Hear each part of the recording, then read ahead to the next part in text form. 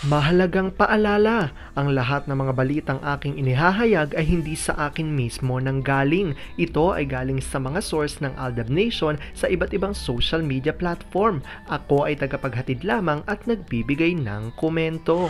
Magandang araw mga Aldab Nation! May panibago na naman po akong update para sa inyong lahat.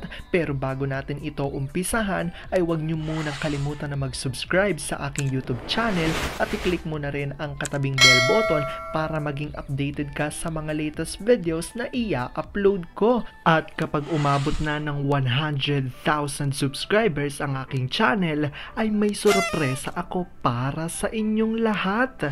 Alam kong excited na kayo, kaya naman ngayon, umpisahan na natin ang ating kwentuhan. Ang pag-uusapan natin ngayong araw na ito kung saan si Daddy Bay ay may isang tao raw na pinagsabihan tungkol sa di umano'y sikreto ng Maychard. Relasyon ni Alden at Maine pinatotohanan raw ni Daddy Bay at may mga taong nakasaksi mismo sa pangyayaring ito at nagulat sila sa kanilang nakita. Gaano nga ba ito katotoo at may sapat nga bang ebidensya ang makakapagpatunay rito? Well, yan ho ang ating aalamin at pag-uusapan ngayong araw na ito. Pero bago ho yan ay bibitinin ko muna kayo ng kaunting-kaunti lamang kung saan magbasa muna tayo ng mga nakakatuwang post ni My name is Theo01 sa Twitter. Kaya naman wag na natin patagalin pa at sabi niya sa kanyang tweet, very ideal husband talaga si Daddy.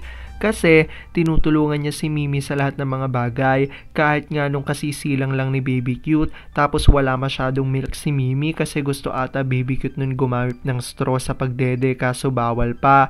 Buti na lang andyan si Daddy, siya nang gumawa ng paraan para dumami ang milk ni Mimi ko.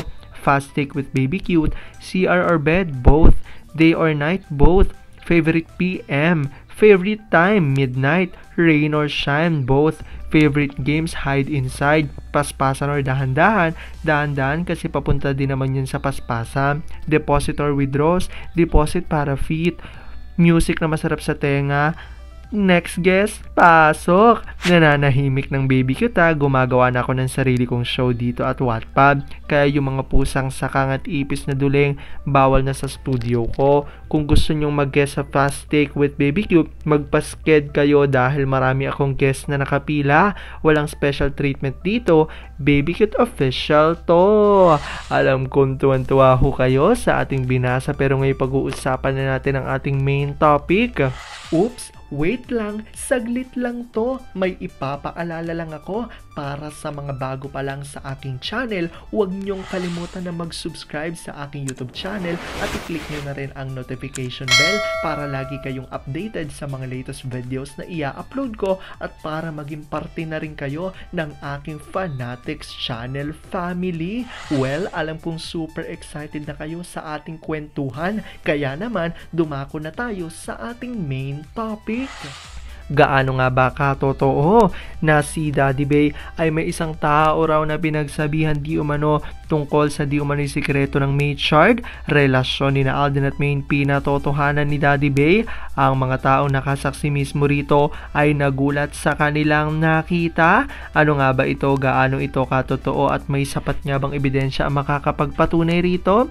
Alam kong excited na kayo kaya naman wag na natin patagalin pa.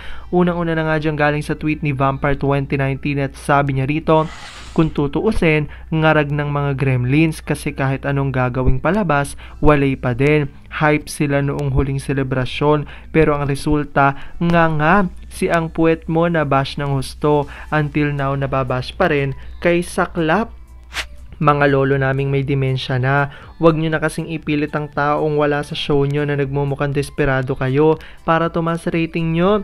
Huwag kayo mag-alala, daming diehard fans na tinalikuran na kayong tatlo.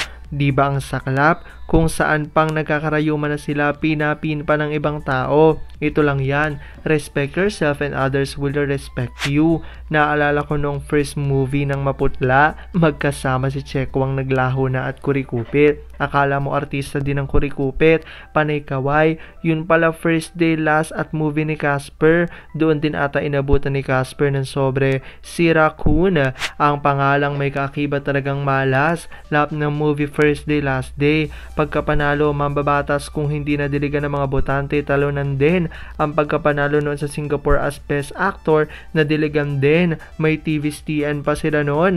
Tatakbo pang senador, kawawa ang kapartido.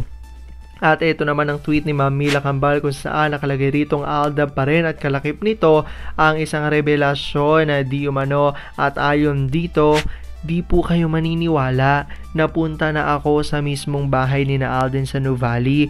May kasama po ako. Kasama namin mismo yung architect ni Alden. Yung pinagawa nilang bahay sa Kabuyaw, nakaharap ko po silang dalawa na malikmata kami dahil sobrang ganda at gwapo ni Alden. Pareho ko pong napuntahan, kaya lang po sa Kabuyaw di kami pinapapasok. May tinatago yata. Maliit kang iahambing sa Nuvali, yung si Eric dun sa Kabuyaw, nasa garden lang kami. Sa Nuvali sa Salas, inantay pa namin yung dalawa. Terno sila ng damit. Si Alden naka-white t-shirt at short na black at si May naka-short na maong at white shirt. Pareho silang naka-rubber shoes na white. Ang sweet nga nun dalawa. Magka-holding hands nga sila nang pumasok sa loob. Nandoon sa salas nila si Daddy Bay nang nag-i-entertain sa amin habang inaantay namin sila. Ayan nga, ang isang revelasyon di umano nang nakakita kina Alden at May na nasa bahay nga raw di umano sa Nuvali. Ayon yan sa conversation na inilabas ng Aldab Nation. At dahil dito, eto naman ang nagreaksyon ni Tina. Oo nga naman, nalaman ko din yan. Ako din mismo, si Daddy Bay nagsabi sa akin na matagal ng kasalan dalawa kasi tinanong ko siya sa event ng ADN noon, bakit di pa niya ipakasal ang Aldab? Hindi ko ba daw alam matagal na silang kasal? Mismo akong sinabihan at narinig din ng ibang Aldab Nation.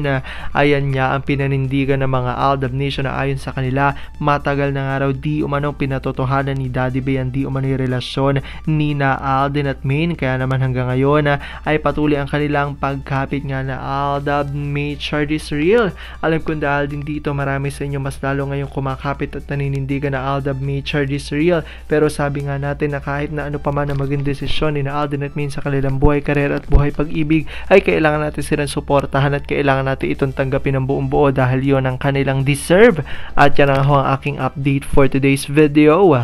Maraming salamat sa panonood at pagtapos sa videong ito. Kung nakapag-subscribe ka na, welcome sa Fanatics Channel family. Kung hindi pa naman, huwag ka nang mahiya. Mag-subscribe ka na. Pindutin mo na yan. I-click mo na rin ang katabing bell button para makatanggap ka ng notification kapag may bagong update para sa iyo. Para naman sa parte na ng aking pamilya, punta lang sa aking channel at i-click ang videos para mapanood mo at malaman mo pa ang mga nakaka-good vibes at nakakakilig na fresh news about May Chard.